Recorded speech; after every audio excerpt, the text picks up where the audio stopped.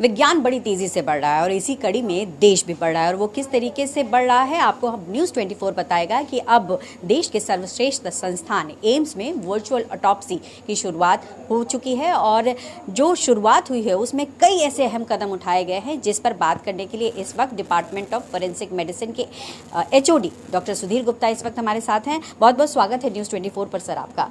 Virtual autopsy यानी virtual postmortem, आम भाषा में इसको किस तरीके से समझा जाए और इसका फ़ायदा आम लोगों को किस तरीके से होगा?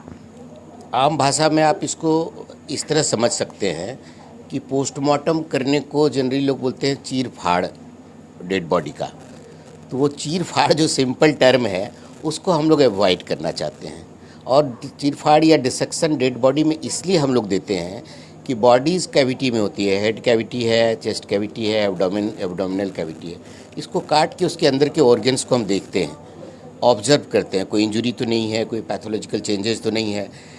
तो इसको अगर हम लोग CT स्कैन के माध्यम से देखते हैं, लेटेस्ट जो मॉडर्न रेडियोलॉजिकल एरा है ये, तो जो रेडियोलॉजिकल फाइंडिंग हम लोग देखते हैं वो आप आँख से जो देखते हैं उससे भी बेटर है, क्योंकि आप उसको मल्टीपल एंगल्स में कंप्यूटर में देख सकते हैं। जैसे कि हम यहाँ देख रहे हैं कि ये CT स्कैन मशीन है जिसका इस्तेमाल वर्चुअल ऑटोप्सी के दौरान होता है और सर इसी के ज़रिए यहाँ तमाम चीज़ें दिखती हैं।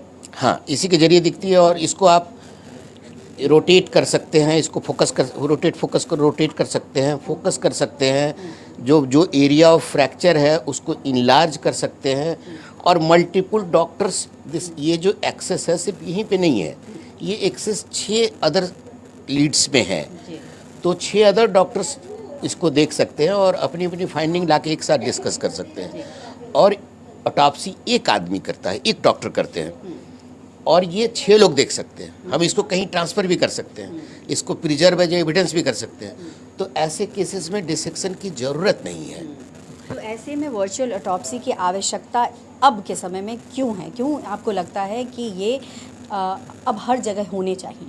इसलिए होनी चाहिए कि बॉडी आप डिसेक्ट नहीं करते हैं तो उसके फ्लूइड वगैरह से इन्फेक्शन होने की चांसेस कम रहती है और जल्दी हो जाता है।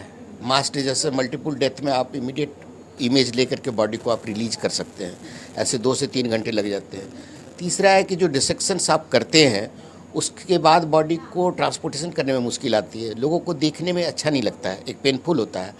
तो एक डिग्निफाइड मैनेजमेंट का कंसेप्ट वर्ल्ड वाइड आया है कि manage the body with dignity. तो डिसेक्शन अगर हम लोग अवॉइड करते हैं और रेडियोलॉजिकल इमेज से हम ऑटोप्सी करते हैं तो डिग्निटी ऑफ डेड प्रिजर्व होती है। किन किन केसेस में ये किया जा सकता है सर? ये मल्टीपल केसेस में किया जा सकता है, ऑलमोस्ट सारे केसेस में किए जा सकते हैं जहाँ पे आई विटनेस है, जहाँ पे कॉन्फ्यूजन नहीं है, जहाँ पे कोई कंटेस्ट नहीं है, कोई कंट्रोवर्सी कॉज ऑफ डेथ में नहीं है। तो ये सब सारे केसेस में किया जा सकता है। आपने सडन डेथ में भी कई तरीके की बात कही है कि उस पर भी रिसर्च चल रहा है कि सडन डेथ में भी वर्चुअल ऑटोप्सी हुई है। किस तरीके से उसमें काम चल रहा है और किस तरीके से स्टडी चल रही है? सडन डेथ केसेस जो एक पैनिक आई थी कि ये पोस्ट कोविड और वैक्सीनेशन के बाद, तो उसमें लोगों को दिल में था कि ये कहीं कोविड से रिलेटेड तो नहीं है, सडन यंग का जो डेथ हो रहा था, या कोई वैक्सीन से तो नहीं है। तो government of India health minister has asked the ICMR to have an project and virtual autopsy and molecular autopsy and various other pathological tests कि find the real cause of death in young adults, why the people are dying। वो जो death report हो रही है वो पहले से ज़्यादा रिपोर्टेड है या मीडिया रिपोर्टिंग के कारण ज़्यादा लग रहा है। तो उस संदर्भ में एक प्रोजेक्ट हम लोगों को मिला और मल्टीपल डिपार्टमेंट एम्स का उसमें इन्वॉल्व है।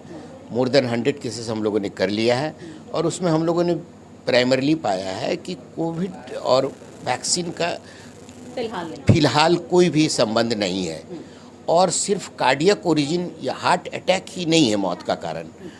मल्टीपल केसेस में सिग्निफिकेंट नंबर में lung is the cause of death, cerebral vascular sir की नस फटने से। सवाल ये भी उठ सकता है, चूंकि लंग की बात की आपने, तो दिल्ली जैसे शहर में पोल्यूशन काफ़ी ज़्यादा होता है, क्या अभी तक इस पर कुछ निकल कर आया? पॉल्यूशन रिलेटेड तो एक ब्रॉड स्टडी चाहिए, मल्टीपल इंस्टीट्यूशंस का चाहिए, that we have not come. लेकिन पैथोलॉजी ऑफ लंग है is the sudden cause of death. बहुत बहुत शुक्रिया न्यूज़ 24 से बात करने के लिए। तो वैज्ञानिक लगातार नई खोज करते जा रहे हैं और खोज का ही नतीजा है कि इस तरीके की चीज़ें आपके सामने आ रही हैं। कैमरा पर्सन कलिकांत झा के साथ पल्लवी झा, दिल्ली, न्यूज़ 24।